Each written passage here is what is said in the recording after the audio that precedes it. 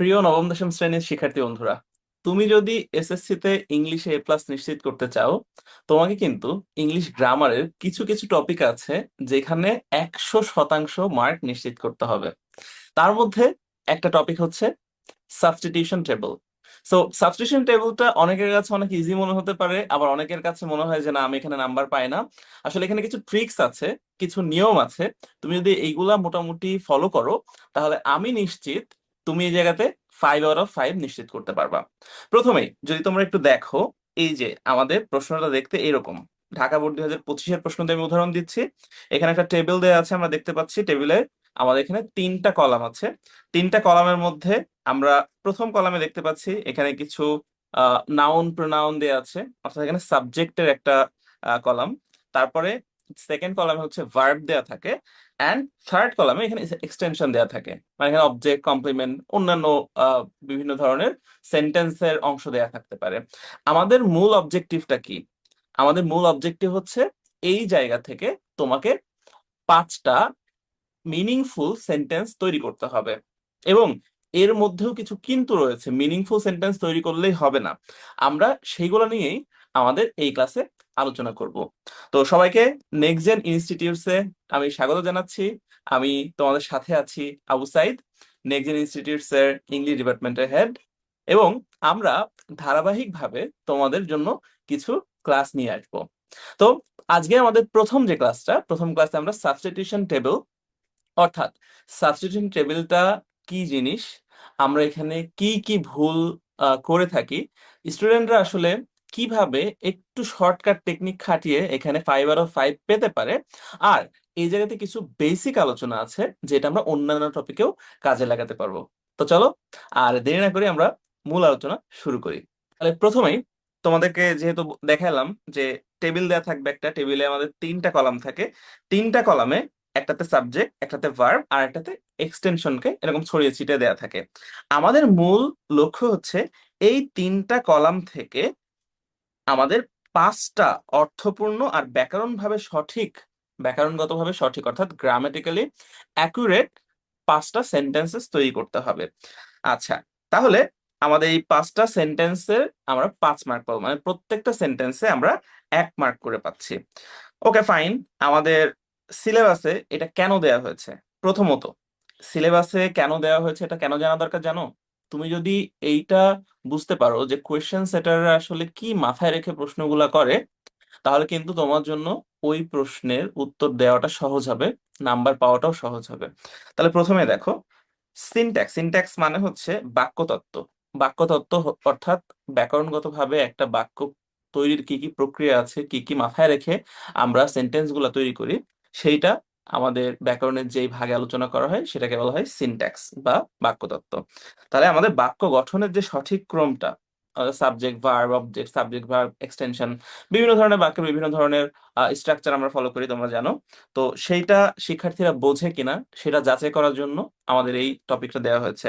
এছাড়া subject verb agreement, তোমাদের right form of verb বলে আরেকটা টপিক আছে, ওইটারই একটা আমব্রেলা টপিক হচ্ছে সাবজেক্ট ভার্ব এগ্রিমেন্ট। অর্থাৎ সাবজেক্ট সিঙ্গুলার হলে ভার্ব সিঙ্গুলার, সাবজেক্ট প্লুরাল হলে ভার্ব প্লুরাল। এইটা তোমরা ঠিক মতো অ্যাপ্লাই করতে পারছো কিনা। আচ্ছা, অ্যান্ড থার্ড, কোহেশন। কোহেশন জিনিসটা কি? কোহেশন জিনিস মানে হচ্ছে একটা ঘটনার পরে আরেকটা ঘটনার মধ্যে যে লজিক্যাল রিলেশনটা, অর্থাৎ ধারাবাহিক পর্যায়ক্রমে তোমাকে এটা সাজাতে হবে। মানে ব্যাপারটা এরকম না, প্রথমেই তুমি বললা 1976 সালে কাজী নজরুল ইসলাম মৃত্যুবরণ করেছিলেন, তারপরে তুমি বললা যে 1971 সালের পরে তিনাকে বাংলাদেশে নিয়ে আসা হয়েছে, তারপরে বললা 1899 সালে তিনি জন্মগ্রহণ করেছিলেন। তাহলে কি হলো না? এটার মধ্যে কোনো কোহেশন থাকলো না।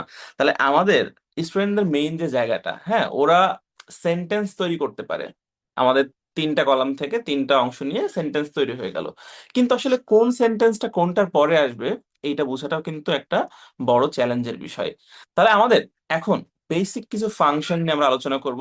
এরপরে আমরা আমাদের ক্লাসের পরবর্তী ধাপে আমরা দেখবো যে কিভাবে লজিক্যাল ফ্লো গুলা, অর্থাৎ কোহেশনটা আমরা মেনটেন করতে পারি। এবং আমাদের ক্লাসের শেষ পর্যায়ে আমরা বেশ কিছু বোর্ড প্রশ্ন সলভ করব, তার সাথে অ্যানালাইসিস করব। ঠিক আছে, চলো শুরু করি। প্রথমে দেখো, একটা সেন্টেন্স, ইংলিশ এবং বাংলার মধ্যে there is a basic difference. সেটা কি? আমি যদি বাংলাতে একটা বাক্য লিখি, লেটস সে আমি লিখলাম রহিম স্কুলে যায়। এখন দেখো, রহিম আমাদের সাবজেক্ট। সাবজেক্ট মানে কি? সাবজেক্ট মানে হচ্ছে ভার্বের কাজটা যে করে তাকে বলা হয় কর্তা, সাবজেক্ট। তাহলে ভার্ব কোনটা? যায় হচ্ছে আমাদের ভার্ব। আর স্কুল, স্কুল হচ্ছে আমাদের কর্ম অর্থাৎ অবজেক্ট। তাহলে দেখো, রহিম আমাদের সাবজেক্ট, তারপরে আমাদের অবজেক্ট, এন্ড তারপরে আমাদের ভার্ব। কিন্তু ইংরেজিতে যদি আমরা এই সেন্টেন্সটা লিখি, তাহলে কি হবে? আমরা কিন্তু বলতে পারবো না রহিম স্কুল গোজ। আমাদের বলতে হবে রহিম গোজ টু স্কুল। লক্ষ্য করো, রহিম প্রথমে বসেছে অর্থাৎ সাবজেক্টটা, এরপরে আমাদের ভার্বটা চলে এসেছে, তারপরে আমাদের এক্সটেনশনটা এসেছে। এখন আমার প্রশ্ন হচ্ছে, তোমরা নিশ্চয়ই মানে ছোটবেলা থেকেই, বাংলাতে আমরা ব্যাকরণ না শিখলে বাংলাতে কথা বলতে পারি। তো এটা আমাদের, it comes to us naturally, তাই না? যে আমাদেরকে বুঝাতে হয় না যে কার পরে কি বসাবো। ইংরেজিতেও আমরা যখন অ্যাসার্টিভ সেন্টেন্স, অর্থাৎ আমরা যত সেন্টেন্স তৈরি করি তার মধ্যে সিংহভাগই কিন্তু অ্যাসার্টিভ সেন্টেন্স, অর্থাৎ প্রথমে আমাদের সাবজেক্ট আসবে, তারপর আমাদের ভার্ব আসবে, তারপর আমাদের এক্সটেনশন আসবে। তো তোমাদের এই জায়গাতে এই বেসিক ফাংশনটা প্রথমে আমার আলোচনা করা দরকার ছিল। তো তোমরা এই জিনিসটাকে মাথার মধ্যে নিয়ে নাও যে বেসিক ফাংশন হচ্ছে আমাদের প্রথম যে কলামটা দেয়া থাকবে সেখানে মূলত সাবজেক্ট, অর্থাৎ কার সম্পর্কে বলা হচ্ছে। সেটা হতে পারে কোনো পার্সন, সেটা হতে পারে কোনো অবজেক্ট, সেটা কোনো ঘটনা, মানে যাই হোক, সেইটা আমাদের সেন্টেন্সের সাবজেক্টের জায়গাতে বসবে। অ্যান্ড 99% অফ দ্য টাইম তুমি যে সেন্টেন্সটা তৈরি করবা সেটা হবে একটা অ্যাসার্টিভ সেন্টেন্স। ওকে, ঠিক আছে। তাহলে আমরা যে বুঝলাম যে সাবজেক্ট মানে হচ্ছে যাকে নিয়ে কথা হচ্ছে। দেখো, হু বা হোয়াট মানে কাকে নিয়ে বা কি নিয়ে কথা হচ্ছে। তো যেমন দেখো, বয় বা ম্যান, গার্ল, এগুলো হচ্ছে হু মানে পার্সন। বা আমি যদি বই নিয়ে কথা বলি, যে this book was very expensive, তাহলে এখানে this book, this is our subject, right? তাহলে এখানে কিন্তু আমরা হু নিয়ে কথা বলছি না, এখানে হোয়াট নিয়ে কথা বলছি। আচ্ছা, সো গেল সাবজেক্ট। এবার হচ্ছে ভার্ব। ভার্ব মানে অ্যাকশন। ভার্ব অ্যাকশন বুঝাতে পারে। যেমন অ্যাকশন ভার্ব গুলা, স্ট্রেটিভ ভার্ব গুলো আছে যেগুলো অবস্থা বুঝায়, লিঙ্কিন ভার্ব আছে, অনেক ধরনের ভার্ব আছে, তোমার এটা মাথায় রাখতে হবে না।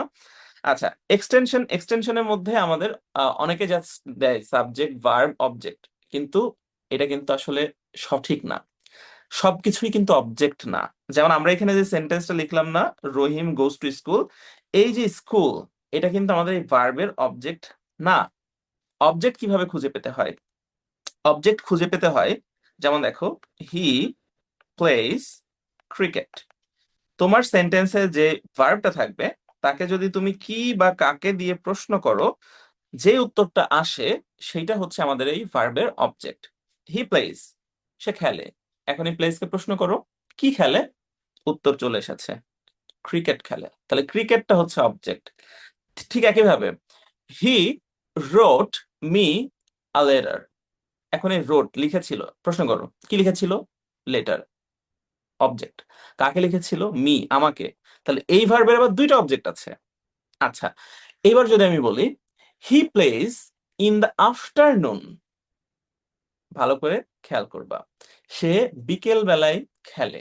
আচ্ছা, খেলেকে প্রশ্ন করো কি খেলে, কোনো উত্তর নেই। হ্যাঁ, কাকে খেলে, ইনভ্যালিড কোয়েশ্চেন। সো এই জায়গাতে in the afternoon, this is not our object. এই যে অবজেক্ট না, এইটাকে আমরা এক্সটেনশন বলি। তাহলে এক্সটেনশনের মধ্যে কি থাকতে পারে? এখানে থাকতে পারে ওই ভার্বকে কি বা কাকে দিয়ে প্রশ্ন করলে সেটা থাকতে পারে। এখানে থাকতে পারে কখন, কোথায়, কিভাবে, কেমন করে। তো এই ধরনের প্রশ্নগুলোর উত্তর তুমি পাবা, অর্থাৎ সেখানে অ্যাডভার্ব, সেখানে অ্যাডজেক্টিভ ফ্রেজ, আহ অনেক ধরনের জিনিস থাকতে পারে, আমাদের ওইটা মাথায় রাখার কোনো প্রয়োজন নেই এখন। আচ্ছা, তাহলে আমাদের এই টপিকের জন্য ভালো করে দেখো, আমরা তিনটা কলাম থেকে ম্যাচ করাবো, আমাদের গ্রামারটা আমরা মেনটেন করব, অ্যান্ড মোস্ট ইম্পর্টেন্ট ওয়ান, সেটা হচ্ছে আমরা একটা ওই যে টেবিলের মধ্যে থেকে বাক্যগুলো নিয়ে একটা ছোটখাটো, মনে করো একটা সামারি টাইপের তৈরি করবো, অর্থাৎ লজিক্যাল ফ্লোটা আমাদের ঠিক রাখতে হবে। আচ্ছা, এখন আমরা রুল নিয়ে যদি কথা বলি, সেন্টেন্স তৈরির একদম প্রধান প্রধান কিছু মানে বেসিক রুলের মধ্যে একটা হচ্ছে আমরা ওই যে বললাম সাবজেক্ট ছাড়া কখনো সেন্টেন্স হয় না, আর একটা জিনিস হচ্ছে ভার্ব ছাড়া কখনো সেন্টেন্স হয় না। হ্যাঁ, তোমাদের এখানে যে এক্সটেনশনটা আমরা বলছি, এক্সটেনশন ছাড়াও কিন্তু সেন্টেন্স হতে পারে, বাট সাবজেক্ট আর ভার্ব ছাড়া কখনোই সেন্টেন্স হয় না। এখানে আর একটা সম্পূরক আলোচনা আছে, সেটা হচ্ছে সব ধরনের ভার্ব দিয়ে কিন্তু আবার সেন্টেন্স হবে না। তাহলে ভালো মাথায় রাখো যে সাবজেক্ট আমাদের লাগবে, we need a subject, and we need a special kind of verb that is called finite verb. তাহলে সাবজেক্ট আর ফাইনাইট ভার্ব, এখন ফাইনাইট ভার্ব কি জিনিস, মানে ইউ মে আস্ক, সেই জায়গাতে আমি একটু যদি উদাহরণ দিই। ধরো তুমি বললা আই গোয়িং টু স্কুল। দেখো এটা শুনতে একটু অড মনে হচ্ছে না, অদ্ভুত লাগছে, আই গোয়িং টু স্কুল। এখানে তোমার মনে হচ্ছে আচ্ছা এখানে যদি আই এম দিই তাহলে ঠিক আছে, আবার যদি এম বাদ দিই, গোয়িং এর আইএনজিটা বাদ দিয়ে দিই, আই গো টু স্কুল, তাহলে আবার ঠিক আছে। তাহলে যা বুঝলা, এই যে গো, এইটা হলো আমাদের ফাইনাইট ভার্ব, আর গোয়িং এইটা আমাদের non finite verb. Non finite verb মনে রাখার সহজ উপায় হচ্ছে এই যে ভার্বের সাথে আইএনজি যদি যুক্ত থাকে, ভার্বের আগে যদি টু যুক্ত থাকে, আর ভার্বে যদি পাস্ট পার্টিসিপল মানে ভি3, তার মানে এই তিনটা চেহারা মনে রাখবা। ঠিক আছে, টু প্লাস ভার্ব অন যেমন টু গো, ভার্ব 3 যেমন গন, ডান। হ্যাঁ, তারপরে verb plus ING, going, doing. তো এই তিনটা চেহারা হচ্ছে নন ফাইনাল। এ কেন বলছি, বিকজ অনেক সময় হবে কি, অনেক সময় তোমরা একটা সেন্টেন্স তৈরি করে ফেলবা, কিন্তু দেখবা যে যে ভার্বটা দিয়েছো সেই ভার্বটা হয়ে গেছে একটা নন ফাইনাল ভার্ব। তখন কিন্তু তোমাকে বুঝতে হবে যে না, তাহলে দেয়ার ইজ সামথিং রং। তো এইটা বুঝে এখন আমরা এই টপিকের নিয়মের মধ্যে চলে আসি। তাহলে আমরা প্রথমে কি করব, প্রথমে প্রথম যে কলামটা অর্থাৎ সাবজেক্টের যে কলামটা আছে সেখান থেকে একটা সাবজেক্ট বেছে নিব, তারপরে ওই সাবজেক্ট অনুযায়ী দ্বিতীয় কলাম থেকে ভার্ব নিব।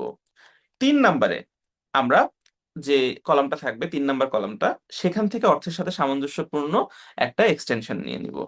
তাহলে তোমাকে প্রথমে বুঝতে হবে যে আমরা এই যে টপিকটা যদি এখানে ভালো করতে চাই, মানে এখানে যদি আমরা এক্সেল করতে চাই, আমাদের কিছু ট্যাকটিক্স আছে। যেমন প্রথমে স্ক্যান ফার্স্ট। স্ক্যান ফার্স্ট মানে কি, তুমি প্রশ্নপত্রটা প্রথমে নিয়েই 5 সেকেন্ড চোখ বুলায় নিবা, দেখে নিবে আচ্ছা এটা এটা নিয়ে লেখা। সাবজেক্টে দেখবা যে কোনো পার্সন নিয়ে বা কোনো বস্তু নিয়ে কি নিয়ে লেখা হচ্ছে, মেইন থিমটা বোঝার চেষ্টা করবা। প্রত্যেকটা টেবিলে দেখবা একটা না একটা মেইন থিম থাকবে। ঠিক আছে, লেটস সে ধরো কাজী নজরুল ইসলামের কথা বললাম যখন, তো যদি কাজী নজরুল ইসলামের পুরা লাইফ নিয়ে দেওয়া থাকে, তাহলে তুমি 2-3টা ওয়ার্ড 2-3টা জায়গাতে দেখলেই বুঝতে পারবে যে এটা নজরুল সম্পর্কে লেখা হয়েছে। আচ্ছা, ধরো তাজমহল নিয়ে লেখা আছে, তো তুমি দেখলেই বুঝতে পারবে যে এটা তাজমহল নিয়ে লেখা আছে। তাহলে এইটা কেন করতে হবে তোমাকে, কারণ তুমি প্রথমে যখন বুঝে যাবা যে এটা আসলে কি নিয়ে লেখা হয়েছে, এটা করলে তোমার জন্য ইজি হয়ে যাবে যে তুমি এটাকে সাজাবা কিভাবে। যেমন লজিক্যাল ফ্লো যদি ঠিক রাখতে হয়, নর্মালি প্রথমেই প্রথমে কোনো একটা জিনিসের আমরা ডেফিনেশন দিই, সেটা কোনো একটা ব্রড ডেসক্রিপশন দিই।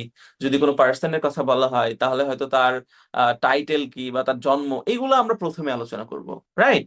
তো এইটা তোমার জন্য ভেরি ক্রুশাল স্টেপ। প্রথমে তাহলে তোমাকে স্ক্যান করতে হবে। আচ্ছা, দ্বিতীয়, ফাইন্ড ফিক্সেস, অর্থাৎ সবচেয়ে সহজ আর নিশ্চিত যে বাক্য, এইটা তুমি তৈরি করে ফেলো। এর ফলে বাকি বাক্যগুলো তোমার মেলাতে সুবিধা হবে। আমরা এটা উদাহরণে আসলে তুমি বেশি ক্লিয়ার হবা। আর ফাইনালি তোমার বাক্যটা গ্রামাটিক্যালি সাউন্ড কিনা, অর্থাৎ ঠিক কিনা সেটা দেখতে হবে, যে তোমার টেন্স ঠিক আছে কিনা, তোমার সাবজেক্ট ভার্ব এগ্রিমেন্টটা ঠিক আছে কিনা। তো এটার নিয়মগুলো আসলে একটু দেখে নিই। ওকে ফাইন, এখন আমরা যদি পরবর্তী অংশে দেখি যে আমাদের চেকলিস্ট, এই চেকলিস্টে প্রথমে আছে যে আমরা 5টা পূর্ণাঙ্গ বাক্য লিখেছি কিনা, ফাইন। সাবজেক্ট ভার্ব এগ্রিমেন্ট ঠিক আছে কিনা, অর্থের সাথে ধারাবাহিকভাবে মানে প্রকাশ পাচ্ছে কিনা, আর বানান বা বিরাম চিহ্ন ভুল হয়নি তো। এই জিনিসগুলো আমাদের চেকলিস্ট, অর্থাৎ তুমি যদি এইগুলো সব এনশিওর করতে পারো, তুমি 5-এ 5 নিশ্চিত করতে পারবা। আচ্ছা, এখন আমি তোমাদের যদি একটু প্রথমে বলার চেষ্টা করি এই জায়গাতে, আহ লেটস সে একটা উদাহরণ আমরা দেখি, ঢাকা বোর্ডের এই উদাহরণটাই। তাহলে এখানে আমি যেটা বলছিলাম প্রথমে আমাদের স্ক্যান করতে হবে, রাইট? তাহলে আমরা এখানে স্ক্যান করি। ঢাকা বোর্ড 2025-এ এই প্রশ্নটা এসেছে। তুমি যখন এখানে দেখবা সাবজেক্টের জায়গায় দা তাজ, এট, এম্পায়ার শাহজাহান, বিল্ড, বিল্ড, আচ্ছা টুম for his wife, Agra, India. তাহলে এই যে এইটুকু আমি 5 সেকেন্ড সময় নিলাম, এটুকু কিন্তু আমার বোঝা হয়ে গেল যেটা তাজমহল এবং সম্রাট শাহজাহান সম্পর্কে লেখা। তাহলে প্রথমেই তুমি যে সেন্টেন্সটা দিবা, এই সেন্টেন্সটা কেমন হবে আমাকে বলো। তুমি কি তাজমহল নিয়ে লিখবা নাকি শাহজাহান নিয়ে লিখবা? এখন তুমি বলতে পারো স্যার দুইটা নিয়েই তো লেখা যায়। হ্যাঁ, দুইটা নিয়ে লেখা যায়, বাট এখানে তুমি যদি পরে ভার্ব গুলা লক্ষ্য করো এবং এটা যদি লক্ষ্য করো তাহলে দেখবা এখানে কিন্তু সম্রাট শাহজাহান মূল ফোকাস না। এখানে মূল ফোকাস হচ্ছে তাজমহল, কারণ এই যে বিল্ড গঠিত হয়েছিল, এটা দাঁড়িয়ে আছে, তারপরে এটা তার সহধর্মিণীর সমাধি মানে কবর হিসেবে, এটার ফাউন্ডেশনটা অনেক স্ট্রং, আগ্রাতে অবস্থিত, তো এগুলো কোনোটাই কিন্তু শাহজাহান সম্পর্কে কোনো কিছু আমাদের বলছে না। তাহলে আমাদের প্রথমেই বোঝা হয়ে গেল যে আমাদের প্রথমে যে সেন্টেন্সটা দিতে হবে that should be very specific and ওইটা একটা ডেসক্রিপশন হবে কিসের, তাজমহলের। তাহলে তুমি প্রথমেই দা তাজ এইটা দিয়ে শুরু করবা। তুমি অবশ্যই ইট বলবা না, ইট তো প্রনাউন তাই না? আগে তো কিছু একটা সাবজেক্ট দিতে হবে, তারপরে ইট মানে এইটা। এইটা বলতে কাকে বোঝাচ্ছ? তাজমহলকে, তাই না? তাহলে তাজমহলটা তোমাকে আগে দিতে হবে। তাহলে দা তাজ। এবার তুমি দেখো ভার্ব নাও, the Taj build, the Taj. এই যে বি, এই বি থাকা মানেই মাথায় রাখবা বি ভার্ব। বি ভার্ব কি?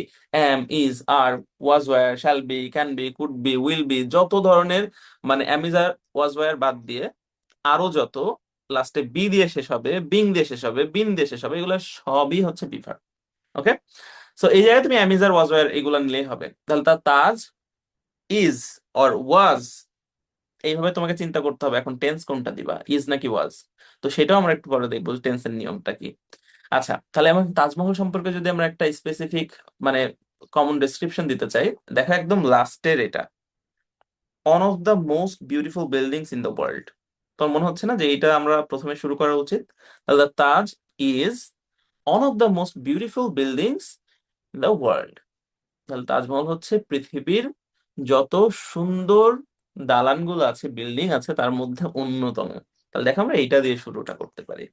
হ্যাঁ, আচ্ছা, তাহলে আমরা যে জায়গাতে ছিলাম, আমরা বলছিলাম যে প্রথমে তাহলে শুরুটা কিভাবে করব। এখন দেখো এলিমিনেশন মেথড তোমার কাছে, আহ এলিমিনেট করবা কিভাবে, ভুল কোনগুলা কিভাবে বুঝবা? তাহলে আগেই তোমাকে বুঝতে হবে যে আমরা যে বললাম তাজমহল সম্পর্কে প্রথমেই, দা তাজ বিল্ড, এটা হবে না। কেন হবে না? এটাও একটা প্রশ্ন। বলতে পারো স্যার কেন হবে না? কারণ দা তাজ এইটা একটা ব্যক্তি না বস্তু। এটা বস্তু, রাইট? বস্তু যদি হয়, সে তো কোনো কাজ নিজে নিজে করতে পারার কথা না। তাজ তো নিজে নিজেকে বিল্ড করতে পারবে না, গঠন করতে পারবে না। তার মানে কি? তার মানে যদি এটাকে তোমার সাবজেক্ট করতে হয় তাজকে, এটা প্যাসিভ ভয়েস হইতে হবে। প্যাসিভ ভয়েস কি জিনিস? প্যাসিভ ভয়েস হচ্ছে যখন ভার্বের কাজ সাবজেক্ট নিজে করতে পারে, সেটা অ্যাক্টিভ। আর যদি নিজে না করতে পারে, সেটা হচ্ছে প্যাসিভ। যেমন দেখো, আমি যদি বলি আই প্লে ক্রিকেট, দেখো ভার্ব কোনটা? প্লে।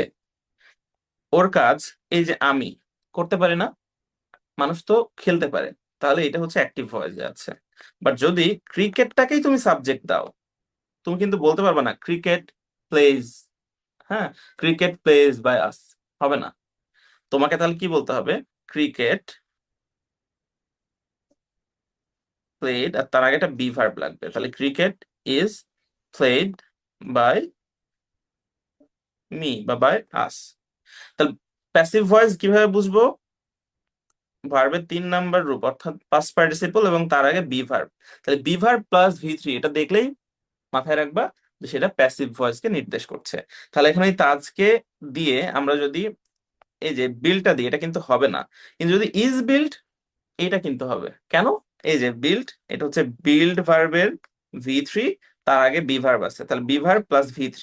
তাহলে আমরা কিন্তু এটাকে সাবজেক্ট হিসেবে নিতে পারছি। তাহলে আমরা কিন্তু বলতে পারবো তাজ ইজ বিল্ড, এটা নির্মিত হয়েছিল, আমরা ধরো বললাম যে অ্যাজ এ টুম ফর হিজ ওয়াইফ, হবে। কিন্তু তার আগে বুঝতে পারছি হিজটাকে, সেটা এখনো বলা হয়নি, তার মানে আমাদের এম্পায়ার শাহজাহান এটা আমাদের এর আগে আসবে। অথবা এটাও হতে পারে empire Shahjahan built it as a Tom for his wife. তো এটা আমরা একটু পরে দেখি। আমরা তাহলে এখানে চলে আসি এলিমিনেশন মেথডে। আমরা বললাম ভুল অপশনগুলো আমরা বাদ দিতে হবে। সাবজেক্টের সাথে কোন ভার্বটা একদমই যাচ্ছে না সেটা চিহ্নিত করতে হবে। ওই যে বললাম দা তাজ, দা তাজ বিল্ড এটা তো হয় না, তাহলে ওইটা চিহ্নিত করলা। আচ্ছা, শেষ কলামে যেসব তথ্য বাক্যের শুরুতে থাকার কথা এবং মানে অসামঞ্জস্যপূর্ণ, যদি এরকমটা হয় যে বাক্যের শুরুতে থাকা তথ্যের সাথে অসামঞ্জস্যপূর্ণ, অর্থাৎ সাবজেক্ট আর ভার্ব যেটা দিয়েছো সেটার সাথে হচ্ছে না, সেগুলো তুমি সরিয়ে দাও, তাহলে তোমার এলিমিনেশন হয়ে যাবে। এখন ন্যারেটিভটা তোমাকে বুঝতে হবে। ন্যারেটিভ মানে হচ্ছে টেবিলের যে 5টা বাক্য তুমি তৈরি করবা সেটা ঠিক আছে, কিন্তু ওই 5টা বাক্য একসাথে হয়ে কি একটা ছোট গল্প বা ছোট আহ অনুচ্ছেদ, প্যাসেজ তৈরি করা সম্ভব? যদি হয় তাহলে তোমার উত্তরটা সঠিক হয়েছে, আর যদি না হয় সেক্ষেত্রে কিন্তু তোমার উত্তরটা অ্যাকসেপ্টেবল হয়নি। তাহলে প্রথম যে বাক্যটা হবে, that should be a definition or introduction কোনো কিছুর, এরপরে বিস্তারিত তথ্য বা ফলাফল এইগুলো তোমাকে দিয়ে শুরু করতে হবে। আচ্ছা, টেন্সের ক্ষেত্রে আমরা যেটা বলছিলাম, যদি কোনো হিস্টোরিক্যাল ইভেন্টস হয়, ঐতিহাসিক কোনো ঘটনা হয়, সেক্ষেত্রে ম্যাক্সিমামটাই হচ্ছে পাস্ট টেন্সে তোমার হবে বাক্য। ঠিক আছে? যে সম্রাট শাহজাহান, তো এটা তো ইতিহাসের একটা ঘটনা, তাহলে তিনি নির্মাণ করেছিল, করে, নাকি করবেন, করেছিলেন, তাই না? তাহলে পাস্ট। আর যদি সেটা কোনো বিজ্ঞান অর্থাৎ সাইন্টিফিক কোনো ফ্যাক্ট হয়, কোনো বর্তমান সমস্যাকে নির্দেশ করে, সেক্ষেত্রে ম্যাক্সিমাম বাক্য প্রেজেন্ট টেন্সে হবে। তাহলে এটা আমরা বুঝে গেলাম। আচ্ছা, আচ্ছা, কিছু কমন ট্র্যাপস টু অ্যাভয়েড, কিছু এরকম তোমার ট্র্যাপ আছে, ফাঁদ আছে, সেগুলোতে পা দেওয়া যাবে না।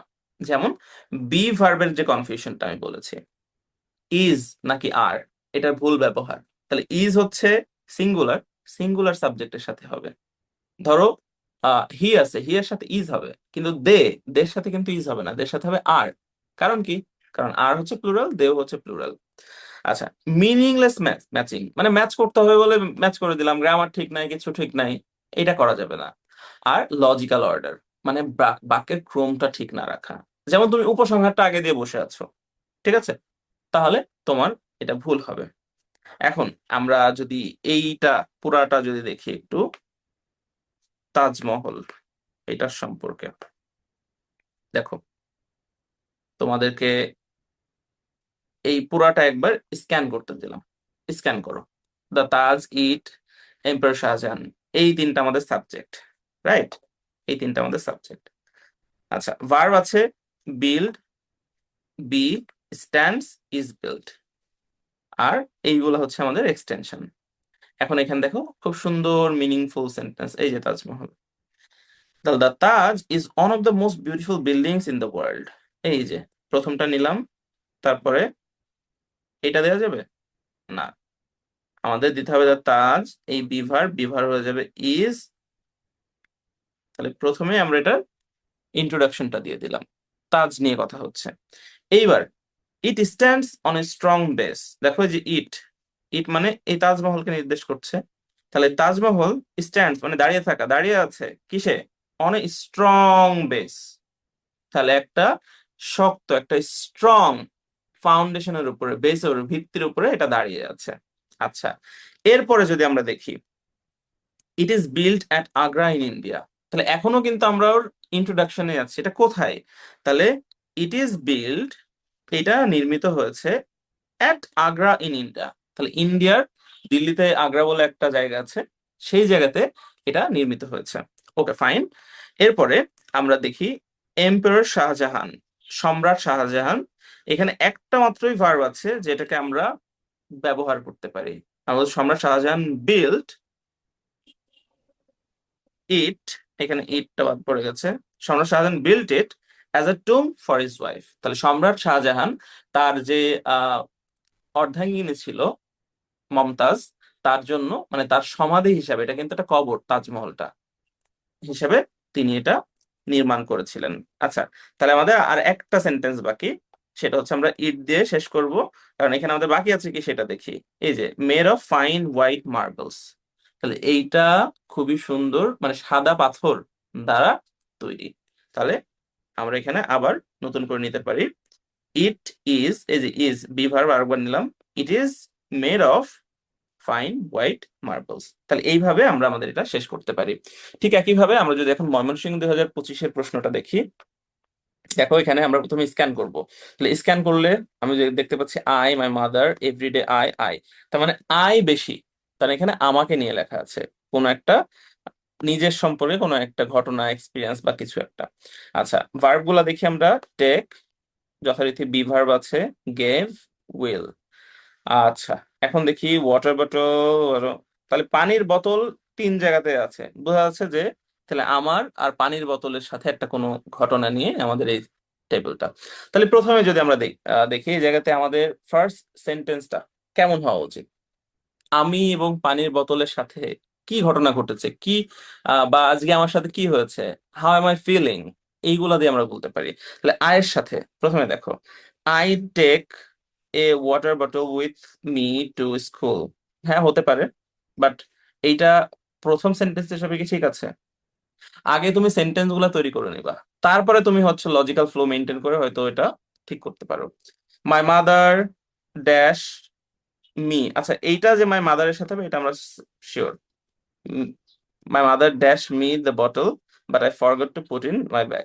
আচ্ছা, surely take the water bottle tomorrow, তাহলে এই যে টুমোরো যেহেতু আছে, আগামীকাল বোঝাচ্ছে, তাহলে উইলটা এখানে হবে। ঠিক আছে, তাহলে আই উইল শিওরলি। আচ্ছা, এটাও আমরা বুঝতে পারছি, সেন্টেন্স কিন্তু আমাদের তিনটা তৈরি হয়ে গেল। আমরা আসলে দেখবো যে কোন ক্রম অনুযায়ী কোনটা হচ্ছে।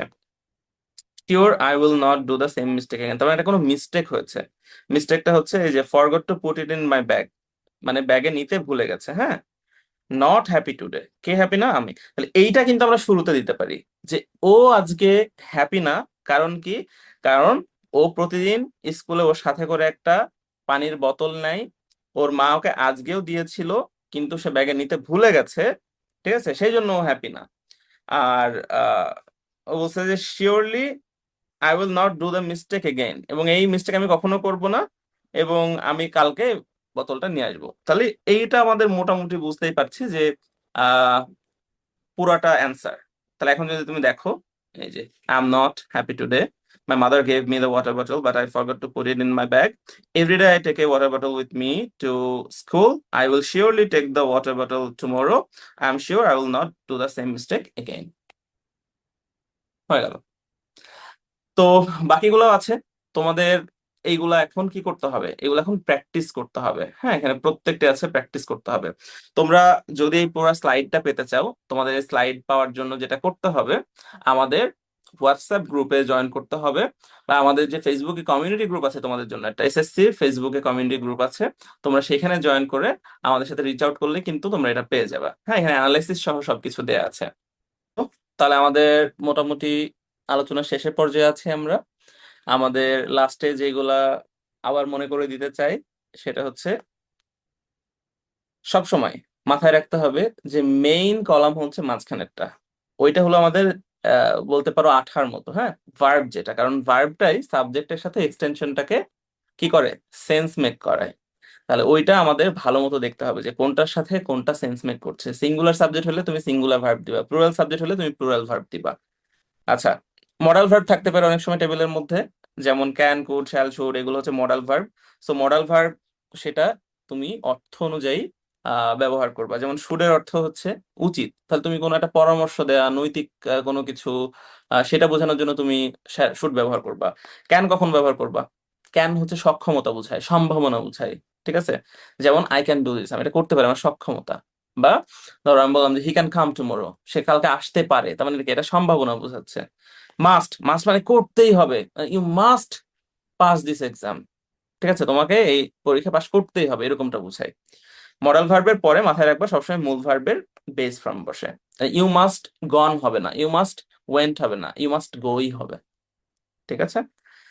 আর ভয়েসের এটা অলরেডি আমি বলেছি, যখনই দেখবা যে সাবজেক্ট নিজে কাজটা করতে পারছে না, তখন যদি মানে ভয়েসটা তুমি মাথায় রাখো যে প্যাসিভ ভয়েস, তার মানে বি ভার্ব, তার সাথে ভার্বের 3 নাম্বার ফর্ম মানে পাস্ট পার্টিসিপল। যেমন education is compare to light, শিক্ষা নিজে নিজেকে আলোর সাথে তুলনা করতে পারে না। তাহলে এখানে কি, কম্পেয়ারের ভি3, তার আগে be verb. Trees should not be destroyed, তাহলে ডিস্ট্রয় হচ্ছে আমাদের ভার্ব। তো গাছপালা তো নিজে নিজেকে ডিস্ট্রয় করতে পারে না, তাহলে কি আমাদের এখানে ভার্বের ভি3, আর তার আগে দেখো এই যে বি, এই তো হয়ে গেল প্যাসিভ। আচ্ছা, এখানে আমি কিছু টিপস দিই। যখন পরীক্ষার হলে এই প্রশ্নটা সলভ করবা, এই প্রশ্নটাতে টাইম ম্যানেজমেন্টটা গুরুত্বপূর্ণ, 5 মার্কের প্রশ্ন, এবং তোমার আরো অনেকগুলা টপিক কিন্তু বাকি আছে। এখানে আসলে জেনারেলি আমি বলি 3 থেকে 4 মিনিটের বেশি এখানে লাগবে না, 3 মিনিট যথেষ্ট। প্রথমে 30 সেকেন্ডে তো স্ক্যান করা কাজটা করবা, পরবর্তী 2 মিনিট ড্রাফট করবা, মানে এটা দিয়ে এই ভার্ব হবে, তারপরে এক্সটেনশন হবে, মানে সেন্টেন্স গুলো তোমার মাথার মধ্যে হয়ে যাবে। এরপরে তুমি লজিক্যালি ওইগুলাকে সাজাবা, গ্রামার গুলা চেক করবা। আচ্ছা, সর্বোচ্চ 5 মিনিট। আর লাস্টলি আমাদের যে লজিক ম্যাপিংটা যেটা বললাম, সেটা হচ্ছে সবসময় মাথায় রাখো, সাবজেক্ট, সাবজেক্ট মানে হু বা হোয়াট, মানে কে বা কি, হ্যাঁ, অ্যাকশন, করছে বা করে বা হয়, আর ডিটেলস, কি করে, কি হয়, কেন হয়, এইগুলা দিলেই তোমার মোটামুটি আমাদের সাবস্টিটিউশন টেবিল ডান। কিছু ইম্পর্টেন্ট ভোকাবুলারি আছে যেটা আমরা বিগত বছরের প্রশ্নগুলা অ্যানালাইসিস করে দেখতে পাই যে এগুলা প্রায়ই পাওয়া যায়। যেমন ধরো অ্যাকোয়ার, অ্যাকোয়ার মানে হচ্ছে কোনো কিছু অর্জন করা, অ্যাকোয়ার, অবটেইন মানে হচ্ছে অর্জন করা। ভালনারেবল মানে ঝুঁকিপূর্ণ। এসেনশিয়াল অপরিহার্য। প্রসপার উন্নতি করা। তো এই ভোকাবুলারি গুলো একটু মাথায় রাখো। আচ্ছা, তোমাদের জন্য কিছু এক্সাম্পল দেওয়া আছে, এগুলা তোমরা প্র্যাকটিসের জন্য রাখতে পারো। হ্যাঁ, আর এক্সাম হলে খাতা জমা দেওয়ার আগে আবারও যে চেক লিস্টটা মাথায় রাখবা যে হ্যাঁ, 5টা বাক্য আমি আলাদা লাইনে লিখেছি তো। Capital letter full stop check করেছো, কারণ প্রত্যেকটা বাক্যের শুরুতে ক্যাপিটাল লেটার হবে, শেষে ফুল স্টপ হবে। আর কোনো অংশ ডাবল করে হয়ে হয়ে গেছে কিনা সেটাও তুমি একটু চেক করবা। ঠিক আছে? তুমি যখন মানে একটা টেবিল সমাধান করো, তখন তুমি একজন আর্কিটেক্টের মতো শব্দ দিয়ে একটা কাঠামো তৈরি করো, নিজেকে মাথায় রাখবা যে ইউ আর অ্যান আর্কিটেক্ট। তাহলে এটা অবশ্যই মাথায় রেখে always be confident, always be logical, তাহলে তোমার আর কোনো সমস্যা এখানে নাই। তো এরই মাধ্যমে আমাদের আজকে এই ক্লাসটি আমরা শেষ করছি। তোমাদের এসএসসি গ্রামারের কোন কোন টপিকে ক্লাস তোমরা চাও, তোমরা সমস্যা ফেস করো, আর তোমাদের আজকের এই ক্লাস কেমন লাগলো সেটা আমাদের জানাতে ভুলো না। তোমাদের এসএসসি যে ফেসবুক গ্রুপটা আছে, তোমরা সেই গ্রুপে যুক্ত হয়ে যাও, সেখানে তোমরা চাইলে এই হোমওয়ার্ক গুলো আমাদের দেখাতে পারো, আমাদের ফিডব্যাক তোমরা নিতে পারবা। আর এমনিতেও ফার্স্ট পেপার বলো, অন্যান্য সাবজেক্ট বলো, সেগুলোও কিন্তু তোমরা আমাদের কাছে হেল্প চাইতে পারো। তাছাড়া তোমাদের বন্ধুদেরকে আমাদের কথা জানিয়ে দাও। সবাই অনেক অনেক ভালো থাকবা, সুস্থ থাকবা। আসসালামু আলাইকুম।